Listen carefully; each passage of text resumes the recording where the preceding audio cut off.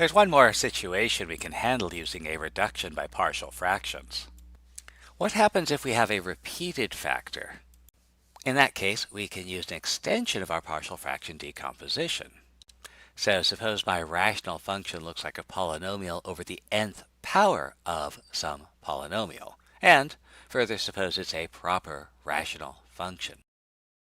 Then we can always produce a partial fraction decomposition where our denominators are going to be the powers of our repeated factor, and each numerator is a polynomial whose degree is less than the degree of our repeated factor. So let's take a look at that. Let's say I want to find the antiderivative of x over x plus 3 squared.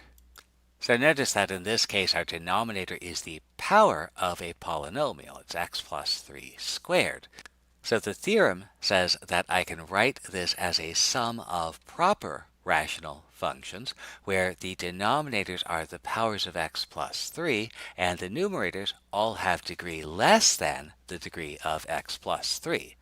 Since x plus 3 is a first degree polynomial, that means our numerators must be 0th degree polynomials. They must be constant, in other words. So I'll multiply through by x plus 3 squared, and I'll pick some convenient values for x. For example, if x is negative 3, then the x plus 3 term will drop out, and I'll have the equation.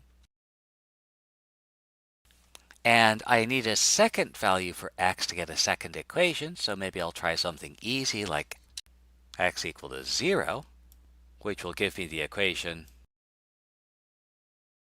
And now I have a system of two equations in two unknowns, and I can solve for a. So that tells me the numerators of my partial fraction decomposition.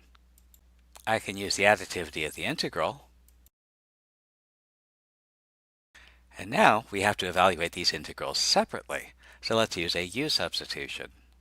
So we'll let u equals x plus 3, then du is dx, and we can make that substitution. Integrate.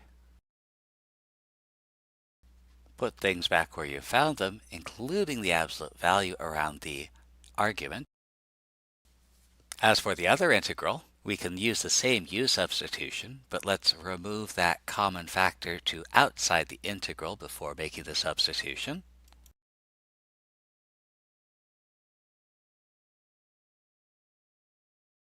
We'll integrate and put things back where we found them. The main difference between a hard problem and an easy problem is the number of steps. Most hard problems are a lot of easy problems strung together. So, because this is a proper rational function, we might try the method of partial fractions, and so our partial fraction decomposition theorem guarantees we can split this into the sum of two fractions with the factors being the denominators. Since we have a repeated factor here, we can split this further into two fractions, where our denominators will be the powers of the repeated factor, along with the other term, and all of the numerators will be of a degree 1 less than the individual factors, so they should all be of degree 1. Multiplying by our common denominator, and that'll give us our equation, which we want to be true for all values of x. Since the equation is supposed to be true for all values of x, it has to be true for any value of x that we choose. And so a convenient value of x to choose would be x equals negative 1, which will make these two terms drop out and leave us with only the term with the unknown b. So we'll substitute.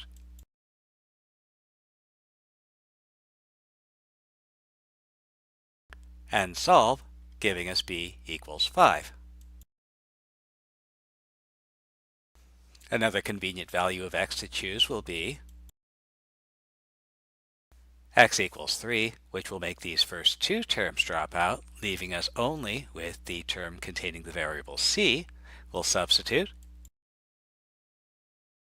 and solve, giving us c equals 2.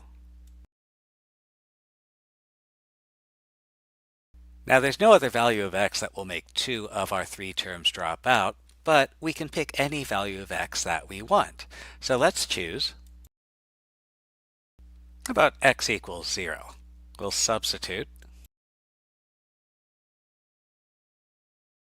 then solve our equation, which gives us a equal to 1. And so our integrand can be rewritten as a sum of rational functions, and the additivity property of the integral allows us to rewrite this as,